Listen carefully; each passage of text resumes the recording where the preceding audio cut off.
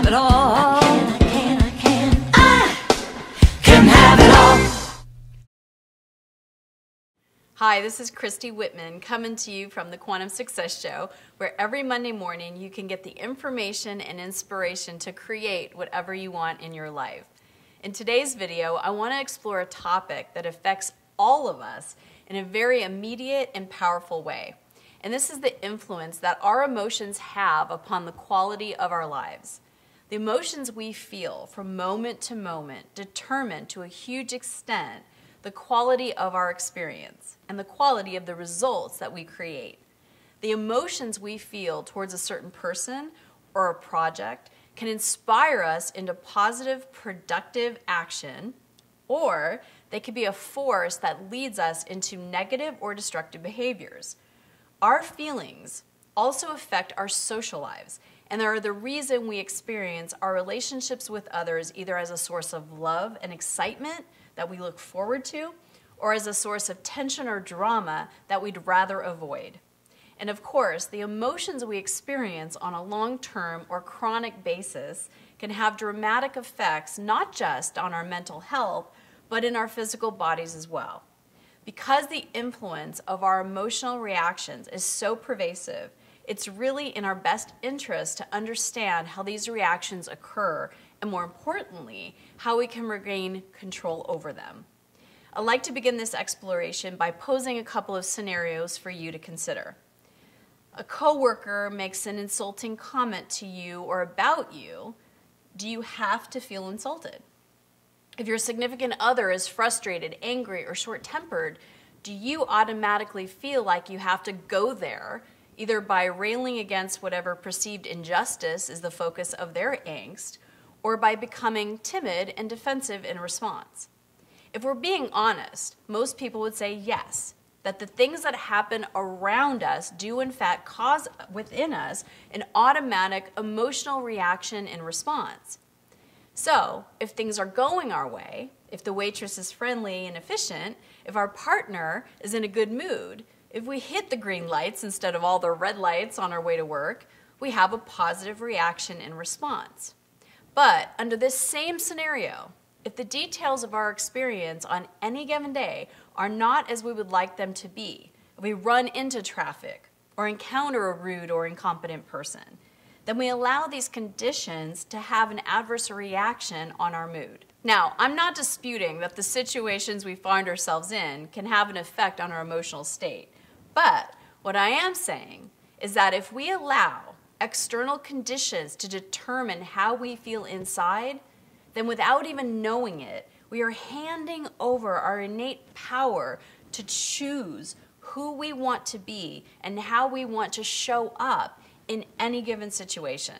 So, since our emotions are so central to the quality of our life experience, I want to show you how you can regain control over them so that you can choose to deliberately respond rather than a knee-jerk reaction to each moment of your life as it unfolds. The first thing to understand is that every emotion that we can possibly experience falls within a continuum of intensity.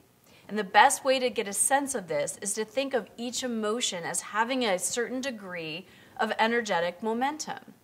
Emotions are energy in motion, and different feeling states move at different rates of speed. This is true of what most of us would label as good feeling emotions as well as not so good feeling emotions. So for example, an emotion like contentment is definitely what most would call a good feeling emotion. But the energy of contentment moves at a much slower rate than feelings like passion or inspiration or excitement, which feel better to us because they represent energy that we are allowing to flow at a higher rate of speed.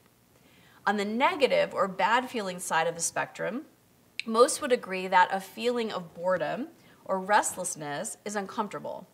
But compared to a faster moving negative emotions like rage or depression or even fear, boredom has very little momentum behind it. Now, why is this important to understand the energetic momentum of our emotions? Because the slower the emotion is moving, meaning the less momentum you have allowing it to build, the more control you have over it. If you've ever rolled a big rock off a steep hill, you know that you could change its course at the very beginning. But once it gets rolling, it takes a trajectory of its own.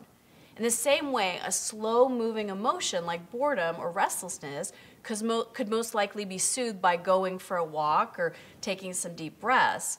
But if we don't do something to change the direction of that energy, it will continue to escalate from restlessness to frustration, maybe all the way into anger or powerlessness. And I just want to say that it's not impossible to reverse the momentum of a fast-moving emotion like these, but it isn't easy. So the key to regaining control over your emotions is to become sensitive to which way your energy is moving while it's still moving at a relatively slow and therefore manageable rate. And the way to develop this sensitivity is making the choice to really care about how you feel and to make feeling as good as you can in any moment your primary objective. Most of us tolerate negative emotions for one of two reasons. It's either because we have not yet learned that the emotional energy we bring to each situation has an effect on the outcomes we create in that situation. Or it's because we have not yet learned that we actually can control our emotional responses and therefore the outcomes we create, or both. So this week, I want to invite you to become more aware of the momentum of your moment-by-moment emotions and to make a decision to be more disciplined about shifting the direction of a potential downward spiral the moment you feel your energy begin to dip. Our senses lead us to believe that life happens to us, and that when we're met with a rude person or a long line when we're in a rush, that we have no choice but to respond in turn. But the moment you do this, you're relinquishing your innate right and your deeply held desire to feel good, to be happy, and to enjoy this relatively short soiree, as my husband would say, in this dimension of time and space. Everything that any of us has ever desired or will ever desire in the future is for the sole reason that we believe we will feel better in the having of it. When you learn to offer your emotional responses on purpose rather than by autopilot, you will regain the power to choose your mood and to be happy under all circumstances in every type of weather. Remember, the universe is always giving you what you ask for, and the way you ask is not through the words you speak, but by the vibrations you're sending out. And those emotions are heavy signals of vibration. Happy high moods give you nice vibrations back and good things attracted. Lower level energies attract lower level things, situations, circumstances. You get to choose. You actually have the choice right before you react to something. Your emotions are your guidance system, and you get to choose them. Thank you so much, and have a great week. Thanks for watching, and here is a related video to watch right now. Also, check out my free webinars on creating whatever you want in your life using the universal laws that I explain in each webinar. So share your thoughts by leaving a comment and continue the conversation at ChristyWhitman.com.